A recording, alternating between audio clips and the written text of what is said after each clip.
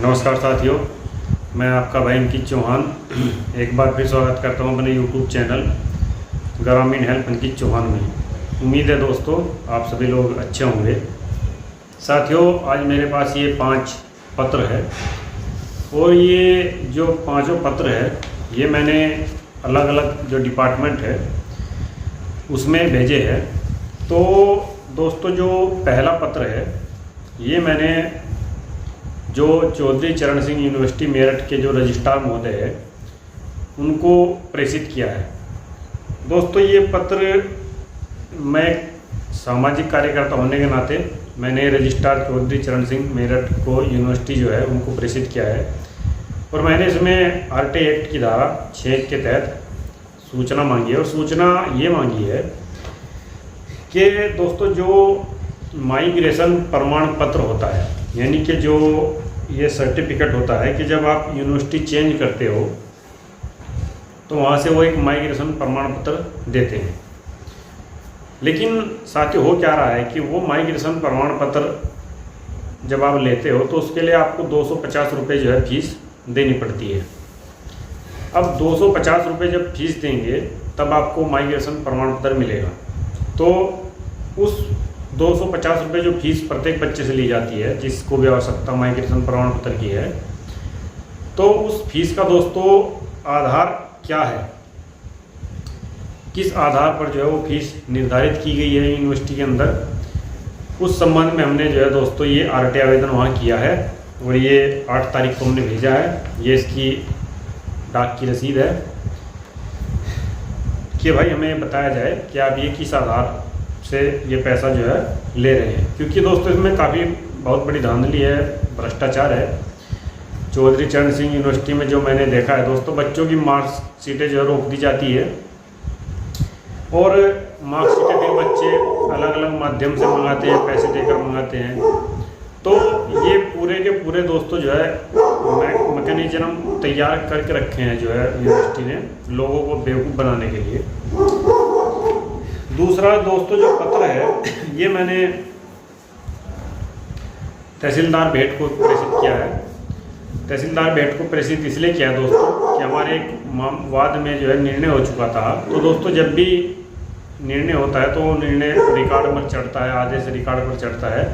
तो उस आदेश को चढ़वाने के संबंध में ये पत्र भी हमने दोस्तों 8/5/2023 को प्रेषित किया है तहसीलदार महोदय के यहाँ। ये इसकी जो है पोस्ट ऑफिस की रसीद है। और जो तीसरा पत्र दोस्तों वो हमने जो है ये ग्राम सचिव महोदय जयपुर कला के जो है उनको भेजा है। सूचना के अधिकार अधिनियम 2005 के तहत ये जानकारी मांगी उनसे। तो हमने जानकारी तो दोस्तों उनसे पहले मांगी थी, लेकिन जानकारी वो सही दे नहीं रहे हैं, गलत जानकारी जो हमें दे रहे हैं। खैर दोस्तों, उसमें एक बम्बई हाई कोर्ट का जजमेंट भी है और यदि कोई भी लोक सेवक विधि के अनुरूप कार्य नहीं करता है, यानी कि विधि के इतर जाकर कोई काम करता है, तो दोस्तों IPC की धाराएं आप जानते हैं 166, 166 है और तमाम सेक्शन है जो लगते हैं। और बम्बई उच्च न्यायालय ने भी अपने एक फैसले में 2012 के में स्पष्ट कहा है कि यदि जन सूचना अधिकारी दोस्तों 30 दिवस के अंदर सूचनाएं नहीं देता है तो ये कानून का उल्लंघन है। और RT एक्ट में भी ये जो है स्पष्ट वर्णित है कि यदि आपने 30 दिवस के अंदर सूचना नहीं दी तो आपने सेक्शन 7(1) का उल्लंघन किया और सेक्शन 7(2) का उल्लंघन किया। सेक्शन 7(2) दोस्तों ये मैंडेटरी करती है कि यदि आपने 30 दिन में सूचना नहीं दी तो ये माना जाएगा कि आपने सूचना देने से मना कर दिया है और आवेदनकर्ता के जो RT आवेदन है उसको आपने खारिज कर दिया है। आप सेक्शन 7(2) में दोस्तों स्पेसिफिक रूप से लिखा हुआ है कि नामंजूर कर दिया गया। तो इस विषय में दोस्तों हम सक्षम न्यायालय तक जाएंगे और जो भी अपनी लीगल कानूनी लड़ाई है, यदि हमें न्याय या इंसाफ नहीं मिलता है तो इस संबंध में हम FIR भी दर्ज कराएंगे। लेकिन उससे पहले दोस्तों हमने ये सूचना जो है उनसे मांगी है।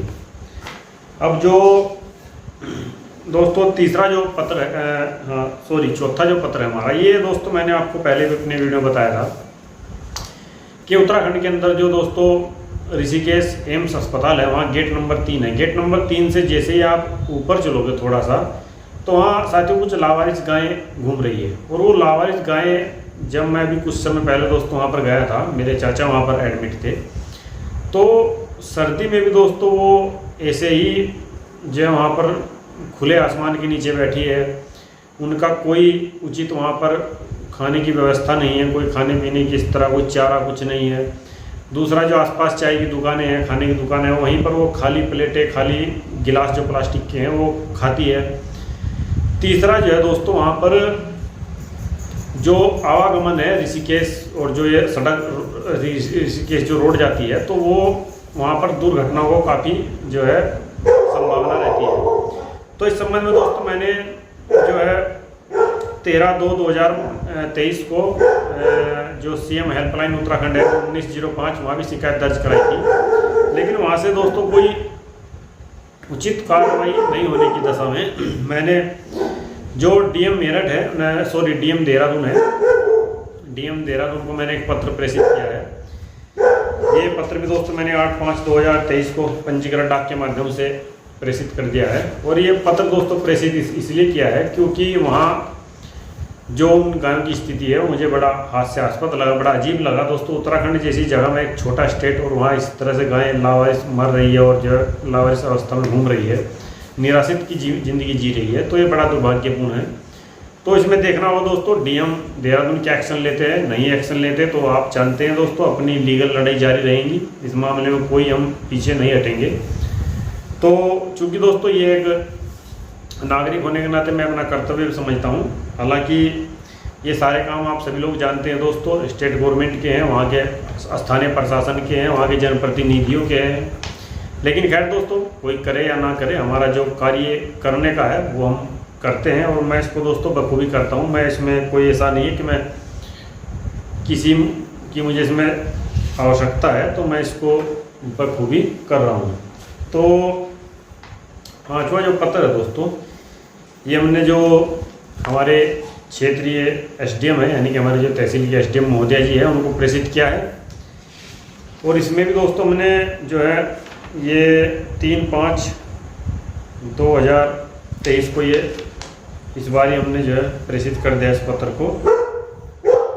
तो साथियों ये भी हमने पंजीकृत डाक के माध्यम से प्रेषित कर दिया है। ये भी एक प्रकरण हमारा है उसके समाधान के लिए। तो ये दोस्तों जो 5 पत्र है ये मैंने जो है आपको दिखाया और ये हमने जो है रजिस्टर्ड डाक से भेज दिए हैं। चूँकि दोस्तों जो है सहयोग शासन प्रशासन का जब कोई भी इस तरह की समस्या है तो हमें सहयोग उनका लेना पड़ता है और लेना भी चाहिए, क्योंकि दोस्तों ये लोग आप ही के लिए है। क्योंकि प्रत्येक नागरिक भारत का जो है टैक्स देता है, तो ऐसा नहीं है कोई ये जो लोक सेवक आपके ऊपर एहसान कर रहे हैं या फिर कोई स्टेट गवर्नमेंट या केंद्र सरकार का आपके ऊपर एहसान कर रही है। क्योंकि भारत एक लोकतांत्रिक देश है दोस्तों, और आप लोग सभी यहाँ रहते हैं, रूल लॉ को फॉलो करते हैं, कानून का पालन करते हैं, तो आपका राइट है, आपका अधिकार है, क्योंकि आप टैक्स देते हैं, कोई आपके ऊपर एहसान नहीं कर रहा है। तो इस गलतफहमी में आप ना रहना और ना ही कोई लोक सेवक इस गलतफहमी में रहे। तो दोस्तों मेरा कहना यही है, कानून से ऊपर कोई नहीं है। कोई नहीं का मतलब दोस्त आप समझते ही हैं, कानून से ऊपर कोई नहीं है, कोई भी नहीं है, ये आप जान लीजिए। तो खैर साथियों, ये मैंने 5 पत्र प्रेषित किए हैं। अब इन पे देखना होगा कि क्या कार्रवाई होती है और क्या कार्रवाई नहीं होती है। तो फिर मैं आपको किसी अगले वीडियो में बताऊंगा सारे मामले के बारे में, और RRT एक्ट के ऊपर हमारी लगातार चर्चा चल रही है। तो फिर मिलता हूं दोस्तों मैं आपसे किसी दूसरी वीडियो में, तब तक के लिए सादा नमस्कार।